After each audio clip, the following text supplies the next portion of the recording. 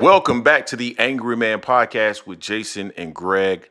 So, Jay, this is an interesting one that I want to talk about.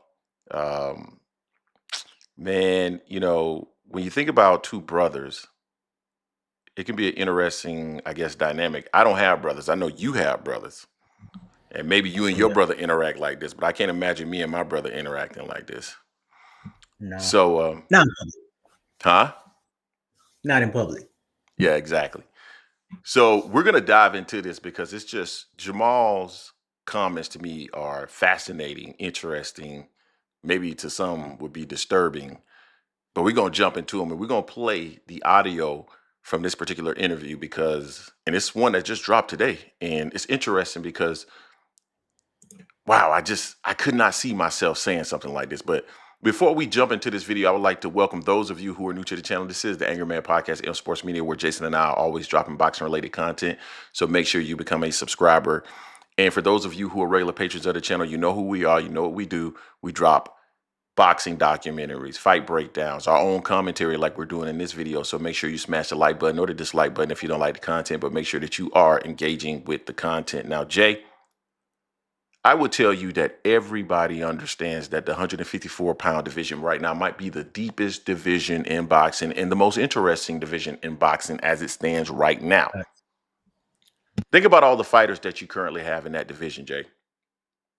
Madrimal, Virgil Ortiz, Jermell Charlo, potentially Errol Spence, Boots Ennis, Fundora, and the list goes on and on and on and on. So I'm excited about this division. And we know, what was it, 2 years or so ago, we saw Jermell Charlo get in the ring with Canelo Alvarez at 168 pounds and put Mhm. on what I would consider a dog performance. It was awful. Absolutely. And now he's back down to 154 pounds, which, hey, that makes sense. Clearly, he couldn't hold on to the weight or at least move around or add that kind of weight and perform at the way that he wanted to perform at 168 pounds, unlike Terrence Crawford, who moved up to 168 and absolutely outclassed Canelo Alvarez. So I'm glad Mel is back at 154 pounds in, what was it? I don't know, the last 4 or 5 months. Apparently, somebody Yeah. in his camp learned AI, and we see Mel creating images of lions with all kinds of things in their mouths, right? Sharks in their mouths, but also created an image, Giraffes. yeah, giraffes, but also one with a boot in his mouth, which means he is referring to Jaron Boots Ennis. Now we know Boots has just recently moved up. He's looking to face Virgil Ortiz, absolutely dismantle Lima, and I think that's the fight that many fight fans want to see: Jaron Boots Ennis versus Virgil Ortiz. Facts. But Virgil is looking like he is interested in doing something different. Maybe Virgil wants to get a big money payday against Errol Spence. Now, I don't recommend Errol Spence going to the ring with Virgil Ortiz after being out of the ring for more than 2 years. But maybe that's the fight that's going to end up happening, Jay. Who knows? I don't know. So where might that leave someone like Jaron Boots Ennis? Well, Jermell Charlo. We saw the interaction between the two fighters at the fight between Virgil Ortiz and Lubin, and you saw Mel. Mel's like, "Yeah, look, you a good fighter. I mean, you cool, but you know I'm there. I'm there. So you know what time it is. You cool, I like that, but you know I'm there. Okay, and that's Hmm. cool. But apparently, Maul doesn't feel that way. Now I know people are going to try to take this and say, no, no, no, no, that's not what he's saying. But you got to actually peel the layers back, bro. Because You got to go that far. when I play this clip, Jay, it's gonna be to me readily apparent exactly what he was saying. So let me pull this up here real quick, man, so that the people can understand what it is that we're reacting to. Because when you say certain stuff, people pretend like, oh no, no, he ain't really say that. Nah, that's absolutely what he said. So let me pull this up real quick so the people can hear it, Jay, and then we will react to it. Here we go. Let me get it to the right spot. Here we go. There we go, right there. It's just, well, we don't have to even talk about boxing anymore. Like, Me and my brother, we're doing fine. We doing well. Like I just seen him at the Boots fight. I don't think that's a good fight for him stylistically. Um, Me and my brother, we don't. Jay, that's not the only time he said that in that interview either.